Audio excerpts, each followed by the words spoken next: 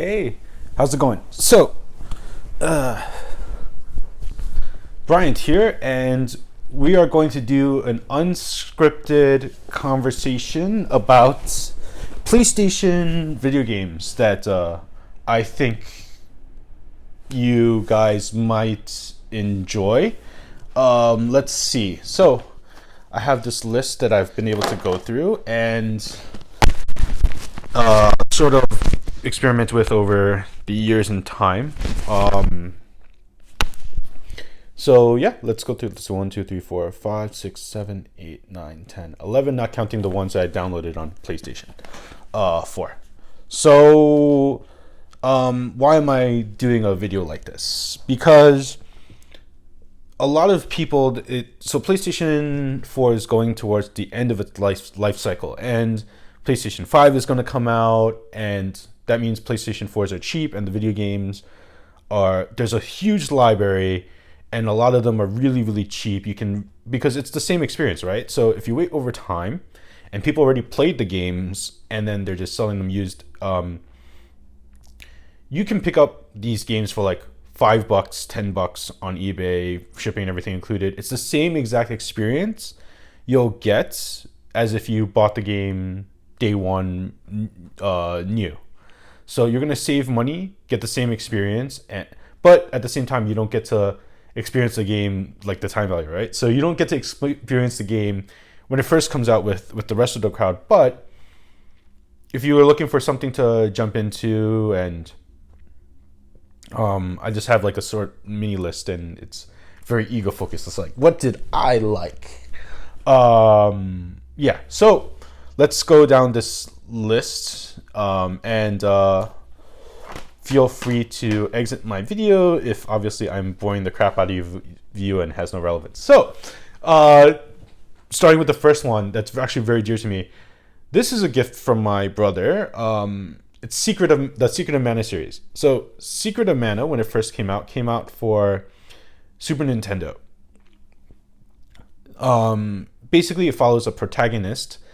He starts off by playing with some friends on a log on a waterfall, slips, falls down, needs a way to get out, pulls a sword from the ground, very Zelda-esque or very King Arthur-esque, and unleashes demons upon the world, right? That he has to go out and slay. It's a 2.5D platformer. What that means is it's like Legend of Zelda. It's not like a 2D platformer. It's like and then like it's just not just like Y and Z axis, right?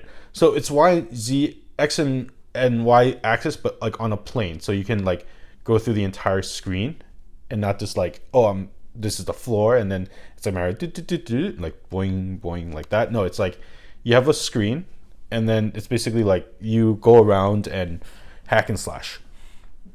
So why is this game so dear to me, and why am I starting with this? Because of all the games in this series, it's based off a game that I spent my childhood playing with my brother, actually. Like, we would go over. So eventually in this game, you meet up with other characters. They're controlled by artificial intelligence, AI, and you can have other players join and control them for you. The AI is terrible. So it really helps when you get the other characters and to go through the journey with them.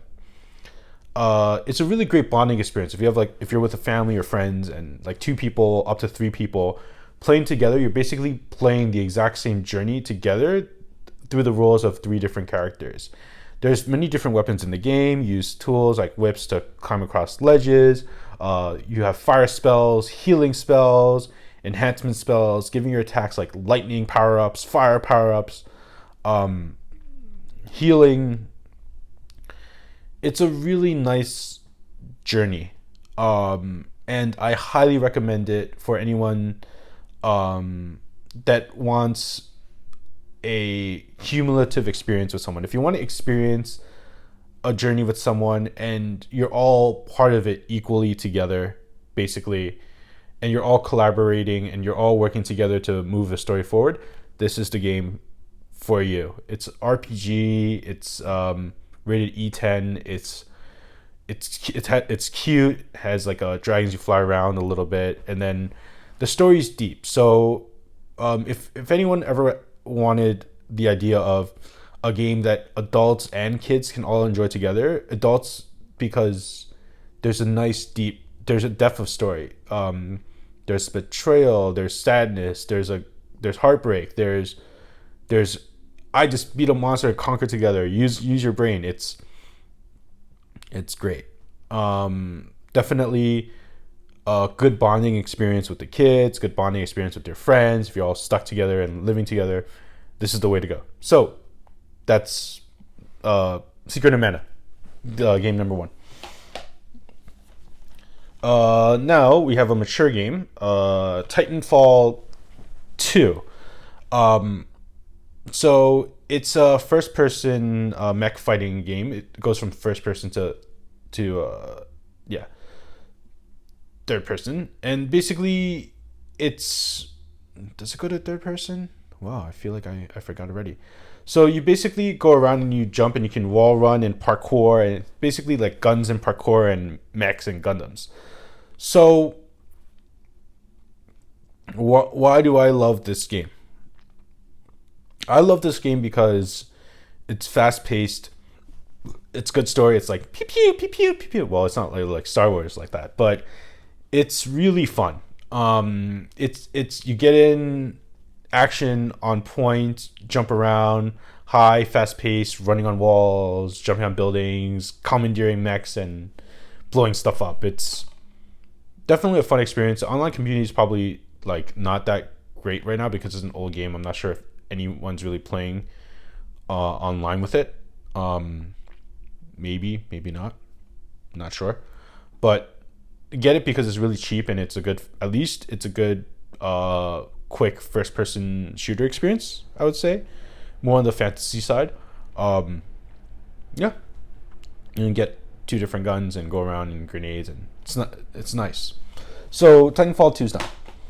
Now let's go into another game, also mature, DMC Devil May Cry. So why am I recommending DMC Devil May Cry instead of, let's say, Devil May Cry 5 or 4? Because I feel like if I'm being introduced to a game, I want to sort of get the whole story and gist of it from beginning to end. I feel like I have to go with the series, otherwise I'm missing out. Devil May Cry DMC, it's basically a unique take on the classic Capcom Devil May Cry. You introduce a new version of the character, and so for people that want, it's a third person game, platformer. If you want to experience a lot of fast-paced gore, violence, and a bunch of other stuff, this is definitely a mature game. You're slaying demons, you're slaying angels, everything. So it's a very technical game, fast-paced, shooting, rotating different weapons. You treat it like a roller coaster. You basically are there for the ride. It's also a bit technical. Yeah. So definitely take it if you're into like the demon slaying hunter type of platforming game and switching between guns and swords and different types of weapons. This is the way to go. So trying to finish off all the other games. So another series that I really like, Ratchet and Clank for PlayStation 4. So why do I recommend Ratchet and Clank? Well, I remember when I used to play this originally for the PlayStation 2, and I got 100% completion rate, like every single ball, every single nook and cranny. It's definitely a game to be lost in. It's a great series, and they have made so many like sequels to the game. Like you have Ratchet and Clank, Going Commando, Up Your Arsenal, Deadlock. There's so many versions of it. Then they made versions for PS3, and so what is Ratchet and Clank? You basically are in space. It's a sci-fi fantasy rated E10. You start off as Ratchet. He's a Lombax, and this guy. So with the wrench, and he's in like he starts off at his desert garage shop, repair shop, and all of a sudden this little robot guy Clank, his sidekick, future best friend, flies from space and basically poof, and then you go on a quest together. You have different weapons. You have blasters, flamethrowers. You can turn people into sheep. You can make people go dancing with a disco ball. You can summon. One of my favorite weapons is Mr. Zircon. It goes around as like a little mini drones, and you start shooting enemies, and you get bolts. So, and it plays like a Pixar movie. It's actually really nicely done. It's basically like a movie in game form. Graphics are phenomenal. If you have a PS4, I recommend this instead of having to go through like 10 sequels and 10 games. This is a great starting point because that's what they really did with this game.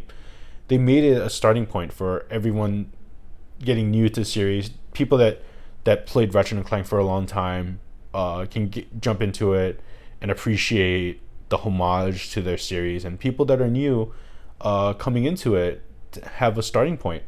So really recommend this game. So let's go into another favorite, Kingdom Hearts 3. Well, all right, so before I go into this one, let's talk Kingdom Hearts. If you played Kingdom Hearts series before and you love the series, I'm pretty sure you already like Kingdom Hearts 3 is on your list.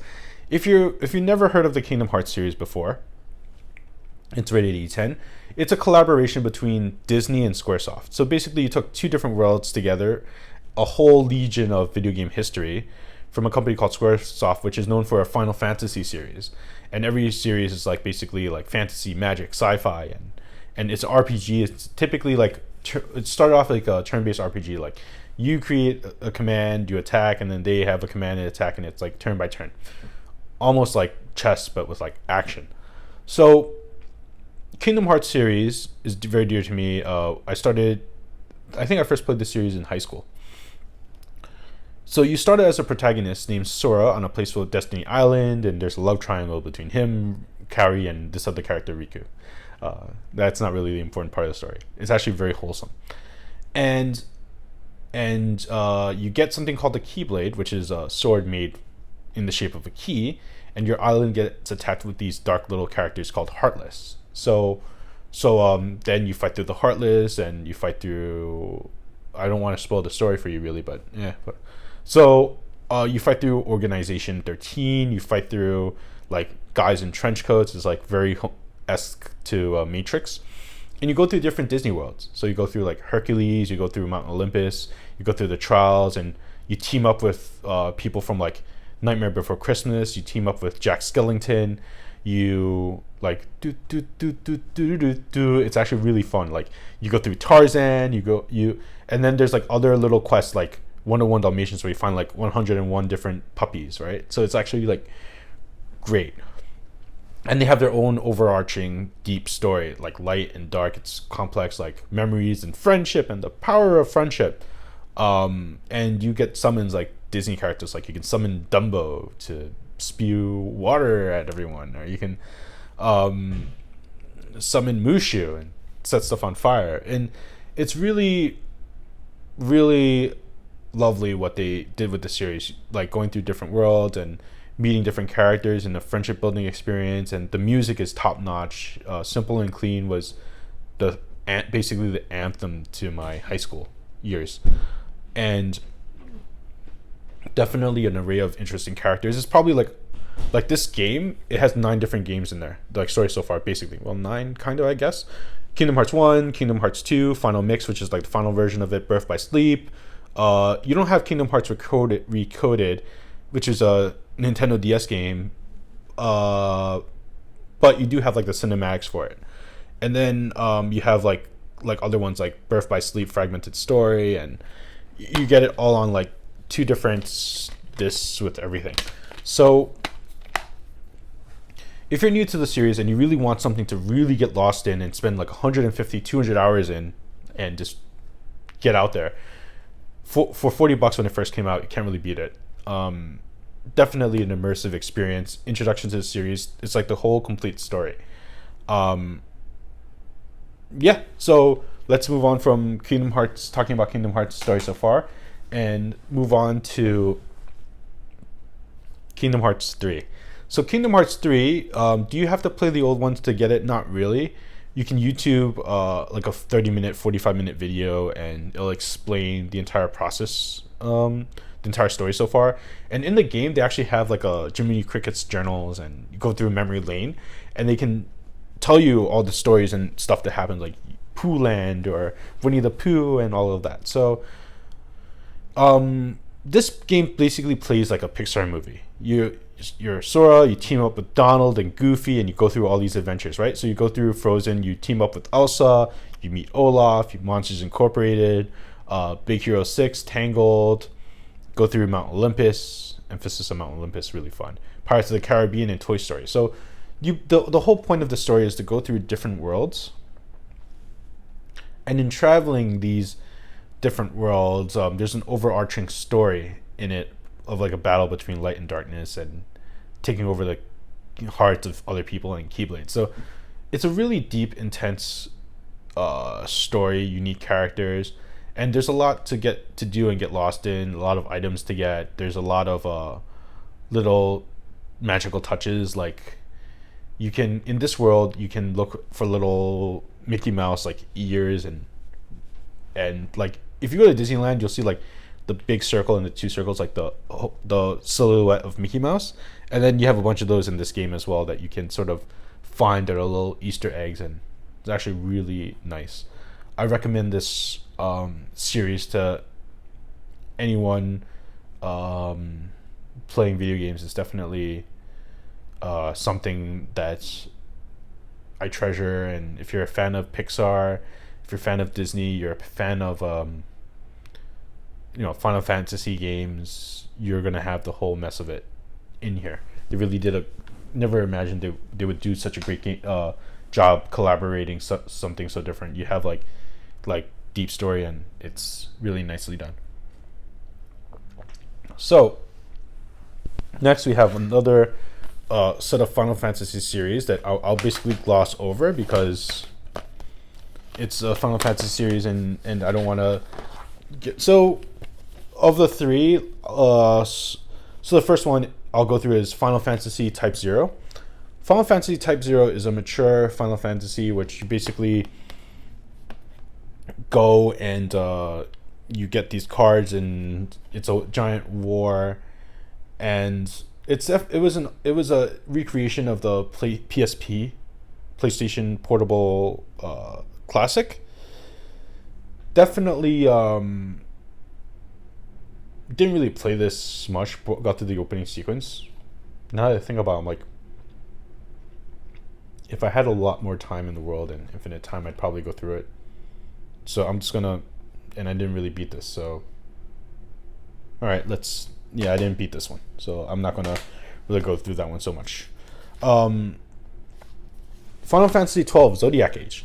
So this game follows our protagonist Vaughn, and he wants to be a pirate and have his own pirate ship, and the combat in this is great. So basically, you control these characters almost like a computer program, and you say, "Oh, if below 30 HP, heal yourself. If enemy near, attack." Like you can send commands, and you go on this world, and in this game, the reason I treasure and value this game so much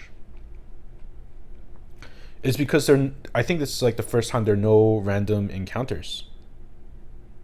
Actually, like in a lot of Final Fantasy games, when you started before this, you would basically randomly fight an enemy, and you would go into a screen, and that's it, right? You just like fight enemies, and it's like Pokemon. It's like you go in the grass, and poof, wild Pokemon appears. Like wild enemy appears, and you fight them, and then in this game, it's seamless. It's the first time they made it seamless. It's a remake for PlayStation, remastered for, well, upscaled for PlayStation 4, and it's a real journey of medieval and spaceships and betrayal. It's a deep story. Most of the Final Fantasy stories, actually probably all of them, are all really deep. They have overarching themes, loyalty. You meet friends, you meet different characters. It's the series in itself, so Final Fantasy, it's not like you have to play like 1 through 12, right? So think of Final Fantasy as a brand, and every game inside it's self-contained and self-exclusive to their own world. So when you say like Final Fantasy 12, it's different from every other Final Fantasy, and you actually don't play them because they're different. It's a different story, it's a different world, it's a different book, but under the brand of Final Fantasy. So definitely one of my favorite Final Fantasy games. You go around, you meet different characters, you equip them with weapons. You there's a fleshed out story that I want to get to into. There's a great job system, great class system. There's a lot of dialogue, a lot of voice acting. It's immersive. It's a story. It's you're meeting people. You're going through the world. It's nice. Final Fantasy 15. So this game, there was so much hype and wait for this game to finally come out. Basically, you're the son of a king, and you're going out with your three best guy friends, and you are reclaiming the throne. It's a brotherhood type story. So none of the main characters are women, which is a departure from all the other Final Fantasy games, because the other Final Fantasy games always had girls in there, females. Their focus is a brotherhood bond type of experience, and it's very open world. You drive a car. You can, at the end, I don't want to spoil it for you, and then you're basically this is a very detailed fleshed out story. There's even like a mini cartoon movie and other games and stories based off of this. So it's a very immersive world. It's a self-contained game. There's a beginning, middle, end. I don't think they're making another one after this. They might make like downloadable content, but I don't think they're making like Final Fantasy 15 Part 2, like they did Final Fantasy X, which I really loved. If all bets are off, if there's any Final Fantasy game I recommend you play, period, it's going to be Final Fantasy X, Final Fantasy X. I don't have a PlayStation 4 copy here because I played it so much on PS2 that I'm like, I don't want to stick another 80 hours again, right? So, but for PlayStation 4, if you really want to showcase the PlayStation 4 as a powerhouse, spectacles, it's very seamless, actiony combat. Definitely the direction I would go. It's a new take. It's a great introduction to it. When you start, it's like do do do do do. It's like when the night is young and the days are cold. It's like Stand By You, Florence and the Machines. It's actually really nice. It's a take on the classic. Definitely one of the great games to play cheap bargain bin right now, but I think you'll like it. So last two. Nier Automata. So Nier Automata is a mature, also made from Squaresoft. And basically, if you like the Devil May Cry series, but you're more into like sci-fi action, and so the story about this is that Earth was taken over by machines, and it's desolate, and it's a wasteland, and you're a bunch of robots going around to save mankind.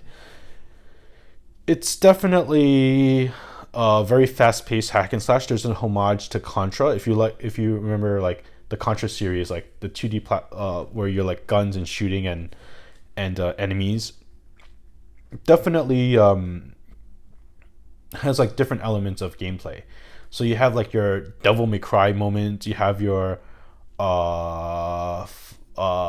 Gradius moment. Your like Sonic Flight, like basically like your 2D fighter. If you ever played like those arcades, or you know what I'm talking about, you have the little ship in the middle, and it's like going around the map, right? And then it's like firing consistently at a horde of enemies. Like there's many different gameplay elements to this game. Definitely keeps everything entertaining. There's hacking, slashing, there's shooting, there's 2D spaceship shooting. It's definitely deep, long, intricate. There's a lot of fighting styles. There's a lot of weapons. It's a lot of fun. And I do recommend this game. And finally, we'll go into in terms of like the collection I have, Horizon Zero Dawn. So Horizon Zero Dawn, it's rated T for teen, and basically machines have taken over the Earth, right? And you play as Aeon, which is the main character. You get a little thing to communicate with machines. I won't go farther into that. And it's basically like if you were hunting in the past, and instead of dinosaurs, you have robot dinosaurs, and then it's technology, sci-fi, fantasy. There's a lot of intricate elements to this game. It's very nicely done. There's a stealth element. The AI is very good. You have to think about how you're going to attack the enemy. You're going to have to think about things like if they're going to see you, if they're going to notice you. You're going to have to... It's a journey between a person, and they're in this journey to basically become themselves. They're going against the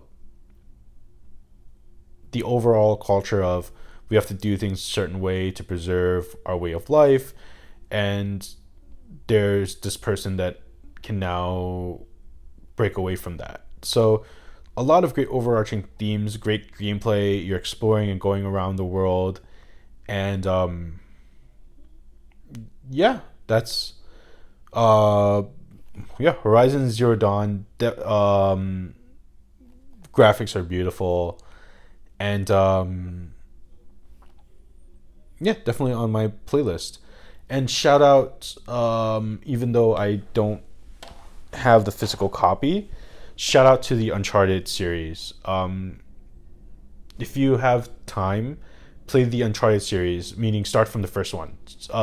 Actually start from the first one, because if you start from the last one, you won't appreciate the ones leading up to it, even though it's like long. So start from the first one.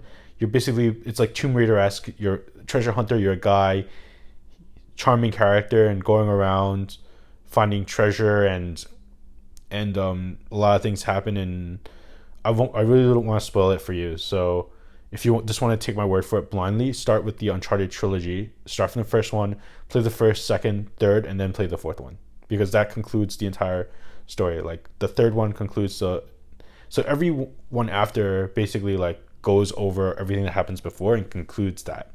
So you won't have that mythical sense of wow by just jumping ahead. So if you want to do yourself a favor, go for that. And I know this was long and painful in me ranting, but thank you for joining, and hope to do some more stuff again.